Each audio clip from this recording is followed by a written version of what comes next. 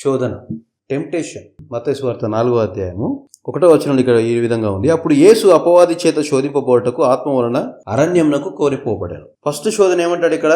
మత్తయి సువార్త 4వ అధ్యాయం 3వ వచనంలో ఏమంటాడంటే, ఆ శోధకుడు ఆయన యొద్దకు వచ్చి, నీవు దేవుని కుమారుడు అయితే ఈ రాళ్లను రొట్టెలగునట్లు ఆజ్ఞాపించుమన్నాడు. ఫస్ట్ శోధన భోజనం కొరకు.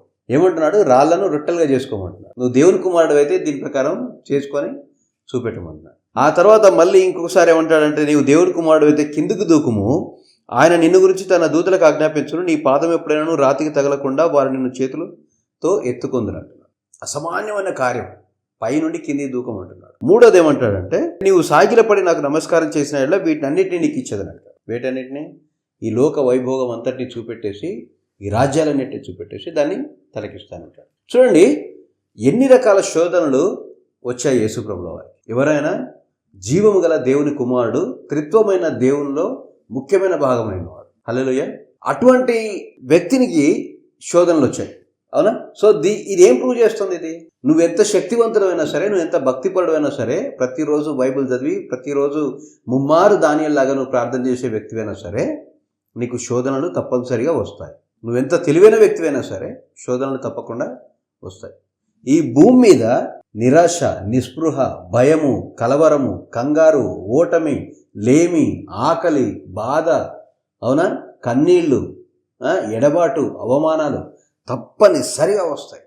నువ్వెంత తెలివిగా ప్లాన్ చేసుకున్నా, నువ్వెంత క్లెవర్గా ప్లాన్ చేసుకున్నా ఈ భూమి మీద ఇవన్నీ ఖచ్చితంగా వస్తాయి. అయితే దేవునికి స్తోత్రం, ఇవి ఏవైతే శోధనలు వస్తాయో అవి ఎటువంటి శోధనలైనా సరే, అది ఏ కేటగిరీ శోధనైనా సరే, ఆ ప్రతి శోధనలో కూడా జీవం గల దేవుడు, ఆయన యొక్క ఆత్మ, యేసుక్రీస్తు యొక్క కృప నీతో ఖచ్చితంగా ఉంటాయి. అవి ఆ శోధన కాలంలో నేను విడిచిపెట్టిపోవు. ఇది మర్చిపోతున్నావు. హల్లెలూయా. ఇది మర్చిపోతున్నావు. ఈ భూమి మీదకి వచ్చిన అత్యంత శక్తివంతమైన వ్యక్తి, అత్యంత జ్ఞానయుక్తమైన వ్యక్తి యేసు ప్రభుల వారు. సొలొమోను కంటే జ్ఞాని అయిన వాడు ఇక్కడ ఉన్నాడని చెప్పేసి యేసు ప్రభుల వారు తన గురించి తాను చెప్పుకున్నాడు. తాను దేవుడు అని చెప్పేసి యేసు ప్రభుల వారు క్లెయిమ్ చేశారు, దాన్ని ప్రూవ్ చేశారు కూడా.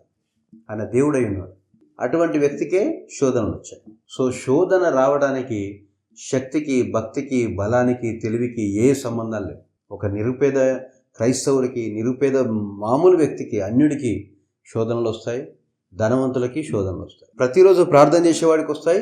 అసలు ప్రార్థన ఏడాదికి ఒకసారి కూడా ప్రార్థన చేయని వ్యక్తి కూడా తప్పనిసరిగా శోధనలు వస్తాయి. వేరువేరు రకాలుగా వస్తాయి, వేరువేరు సందర్భాల్లో వస్తాయి. నువ్వు సంతోషంగా ఉన్నప్పుడు గర్వం అనే శోధన రావచ్చు, అహంభావం అనే శోధన రావచ్చు నీలోనికి. విర్రవీగే తత్వం పనిచేయవచ్చు. అతి తెలివి, స్వబుద్ధి, స్వజ్ఞానము